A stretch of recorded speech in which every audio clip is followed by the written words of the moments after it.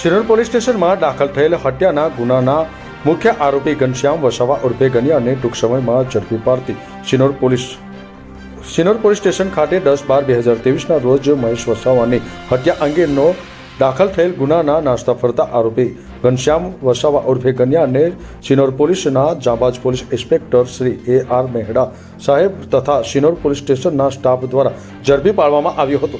જ્યારે આરોપી પોતાનું રહેણાંક મકાન છોડીને સીમ વિસ્તારમાં નાસ્તો ફરતો હતો। નાડોદ તાલુકાના જુણવડ ગામે તેના મિત્ર અશોક રામાભાઈ તડવીના મકાનમાં આરોપીને આશરો આપ્યો છે તેવી બાતમી મળતા પોલીસ દ્વારા અશોક રામાભાઈ તડવીના ત્યાં છાપો મારવામાં આવ્યો હતો, જ્યાંથી આરોપી ગણ્યો અંધારાનો લાભ લઈ ભાગી ગયો હતો। તારીખ 14/12/2023ના રોજ આરોપી શિનોર પોલીસ સ્ટેશનને દરિયાપુરા ગામ પાસેથી મળી આવતા તેની ગુનાના કામે અટકાયત કરવામાં આવી હતી। ઘનશ્યામ વસાવા ઉર્ફે ગણિયા પર અલગ અલગ પોલીસ સ્ટેશનમાં ગેંગરેપ, વાહન ચોરી તેમજ છેતરપિંડી સહિતના વિવિધ ગુનાઓ નોંધાયા છે। શિનોર તાલુકાના લોકો દ્વારા પોલીસની આ કામગીરીને બિરદાવવામાં આવી હતી। કામરાજ નકુમનો રિપોર્ટ, ન્યૂઝ ટુડે, શિનોર।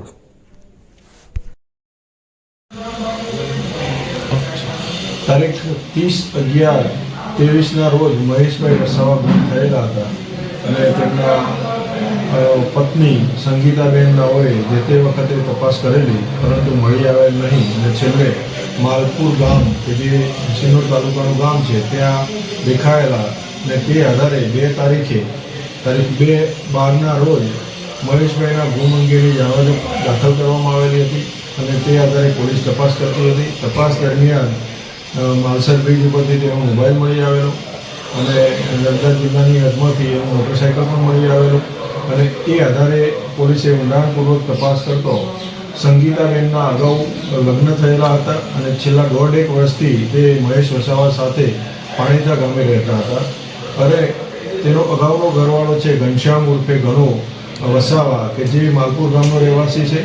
તો એ આધારે પોલીસે તપાસ કરતો છેલ્લે CDR એનાલિસિસ, CCTV ફૂટેજ અને એ બધી સંપૂર્ણ તપાસ દરમિયાન માહિતી જણાઈ આવેલી કે ઘનશ્યામ વસાવા તેનો ભાઈ અને એક બીજા માલપુર ગામના દીવાન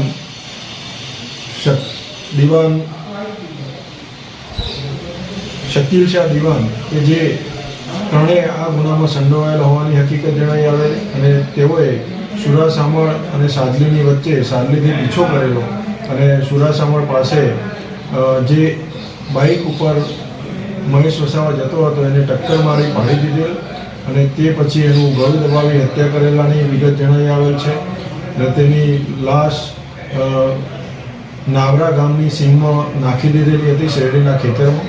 તેનું બાઇક રાજપરા ગામે નાખી દીધેલ અને અમુક સ્પેર પાર્ટ જે ગાડીની નંબર પ્લેટ છે અને કાચ છે એ બધું નર્મદા નદીમાં નાખેલાની વિગત જણાઈ આવેલી। તેનો મોબાઈલ માલસર બ્રિજ ઉપરથી પણ મળી આવેલ છે।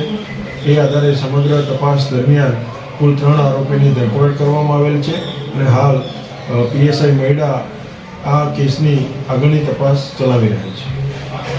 અત્યારે કોઈ મદદગારીમાં કોઈ સર નામ ખુલે એવી શક્યતાઓ?